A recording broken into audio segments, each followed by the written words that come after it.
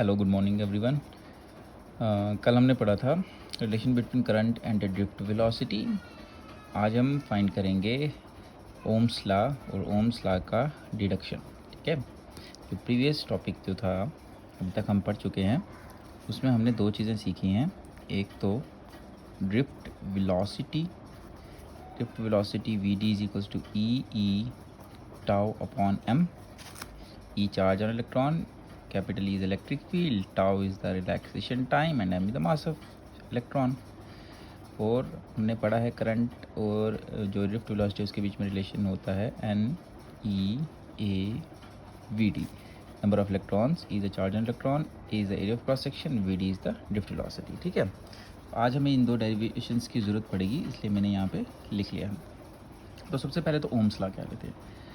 Ohm's law, ठीक है, जो साइंटिस्ट हैं जॉर्ज साइमन, उनके नाम से जो है ओम्स लॉ जो है उन्होंने जो है ओम्स लॉ दिया था, इसलिए उनके नाम से ओम्स लॉ पड़ा। ठीक है, ओम्स लॉ कहता है कि किसी भी कंडक्टर के अक्रॉस लगाए जाने वाली जो वोल्टेज है, यानी कि यहाँ पे सपोज करो हमने वी वोल्टेज लगाई है, वी इस पे डिपेंड करेगी आपकी करंट।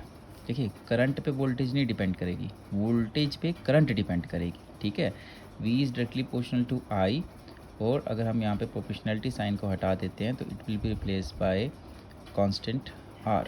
ठीक है, this R is known as resistance of conductor. Ohm's law कहता है कि जब आप किसी कंडक्टर के अक्रॉस वोल्टेज लगाते हैं तो उससे फ्लो करने वाली जो करंट है वो वोल्टेज पे डिपेंड करेगी। क्यों? क्योंकि वोल्टेज क्या है, volt is the unit of electromotive force. ठीक है, यहाँ पे इलेक्ट्रोमोटिव फोर्स ईएमएफ जो आप लगा रहे हैं, ईएमएफ क्या है, एक पुश है, यानी कि इलेक्ट्रॉन्स हैं, सपोज करो ये इलेक्ट्रॉन है, इलेक्ट्रॉन को फोर्स लगेगी तो इलेक्ट्रॉन मूव करेगा। ठीक है, तो इलेक्ट्रॉन को मूव करवाने के लिए कौन लगाते हैं, हम क्या लगाते हैं, इलेक्ट्रोमोटिव फोर्स। ठीक है, ईएमएफ लगाते हैं, ईएमएफ की यूनिट क्या, वोल्ट, हम कहते हैं वोल्टेज लगाई, potential difference, voltage is a unit of potential difference. तो हमने यहाँ पे पोटेंशियल डिफरेंस जब लगाया, यानी कि वोल्टेज लगाई, तो वोल्टेज इलेक्ट्रॉन्स को मूव किया। तो यानी कि जितनी ज़्यादा आप फोर्स लगाओगे उतने ज़्यादा इलेक्ट्रॉन फ्लो करेंगे, इसलिए वोल्टेज पे डिपेंड करती है करंट। तो हम ओम्स लॉ को कहते हैं that I is directly proportional to V। जितनी ज़्यादा वोल्टेज होगी उतनी ज़्यादा करंट होगी, लेकिन प्रोवाइडेड कंडीशंस लाइक टेम्परेचर, ठीक है, स्ट्रेन, मैकेनिकल स्ट्रेन, ये सब क्या रहने चाहिए, कांस्टेंट रहने चाहिए, वरना ओम्स लॉ ओबे नहीं होगा। ओम्स लॉ तभी ओबे होगा जब आपके बाकी के सारे फैक्टर सेम रहेंगे। बाई चांस टेम्परेचर चेंज हो गया तो नंबर ऑफ़ जो इलेक्ट्रॉन्स की कोलिजन्स है आपस में, ठीक है, वो बढ़ जाएगी, तो रेजिस्टेंस बढ़ जाएगा, करंट जो है वो कम हो जाएगी, डिक्रीज़ हो जाएगी। तो ओम्स लॉ कहता है दैट जितनी ज़्यादा करंट फ्लो करेगी, जितनी ज़्यादा वोल्टेज लगाओगे, ठीक है, I is directly proportional to V, और इस अगर प्रोपोर्शनलिटी साइन को हटाएंगे तो it will be replaced by a constant R।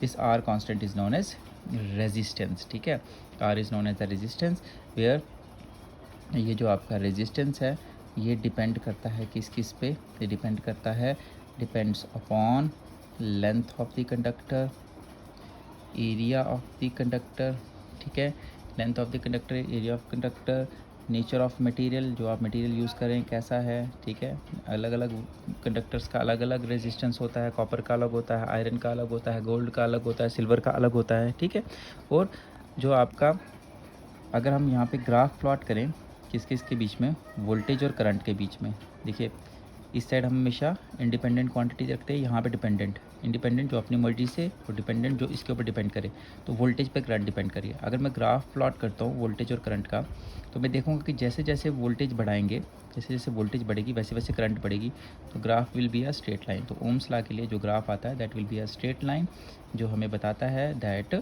Current is directly proportional to voltage. ठीक है, अब हम क्या करते हैं, आपके ओम्स लॉ की डिडक्शन करते हैं, यानी कि डिड्यूस ओम्स लॉ आपको आएगा इस तरीके से क्वेश्चन कि ओम्स लॉ को फाइंड करो। तो आप जानते हैं that drift velocity V D is equals to किसके बराबर होती है, E tau divided by M. ठीक है, ये आपको पता है। आल्सो यहाँ पे जो ई है इलेक्ट्रिक फील्ड, ये किसके बराबर होता है, वोल्टेज पर यूनिट लेंथ, यानी पोटेंशियल डिफरेंस पर यूनिट लेंथ के बराबर होता है। E is equals to V upon N. इसे क्वेश्चन नंबर फर्स्ट मान लेते हैं, इसे क्वेश्चन नंबर सेकंड। तो यहाँ से ई की वैल्यू इसमें पुट कर लेते हैं, put second in equation number first, यानी कि हो जाएगा आपके पास V D is equals to E E की जगह पे आ जाएगा V upon L tau divided by M, और हम इसे ऐसे भी लिख सकते हैं that V D is equals to E V tau upon M into L. ये एल चला जाएगा ना डिनोमिनेटर में, इसके साथ हो जाएगा मल्टीप्लाई, ठीक है। तो आल्सो हम जानते हैं दैट करंट और ड्रिफ्ट वेलोसिटी के बीच में रिलेशन होता है I is equals to N E A V D, ठीक है।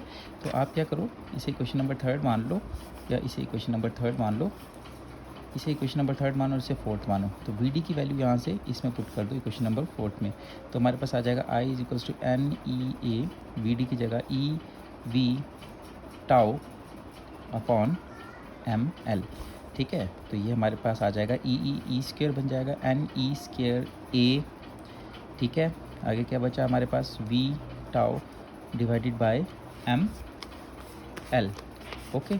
अब वी को उठा के इधर ले आइए, आई अपॉन हो जाएगा वी, ठीक है, या is equals to I upon V हो जाएगा। यहाँ पे बचा N E square A tau upon M L, okay. इसको अब उल्टा कीजिए, अगर मैं इसको v अपॉन आई लिखना चाहूँ तो ये भी उल्टा हो जाएगा। अगर i अपॉन वी है तो इसको मैं अगर उल्टा कर लूँ, रेसिप्रोकल कर लूँ, तो यहाँ पे हो जाएगा M L upon N E square A tau, ठीक है।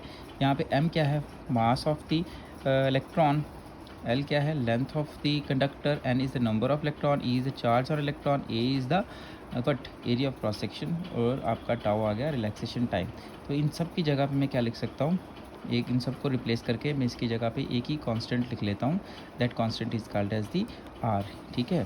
तो मैं लिख सकता हूँ यहाँ पे, मैं ऐसे लिख लेता हूँ, here M L divided by N E square A tau is equals to, ये हो जाएगा आर के बराबर, where R is called as resistance, ठीक है।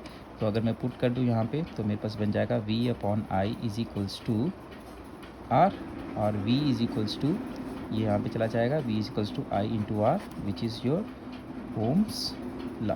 हेंस हमने ओम्स लॉ को डिड्यूस किया है from with the help of drift velocity and relationship between current at drift velocity.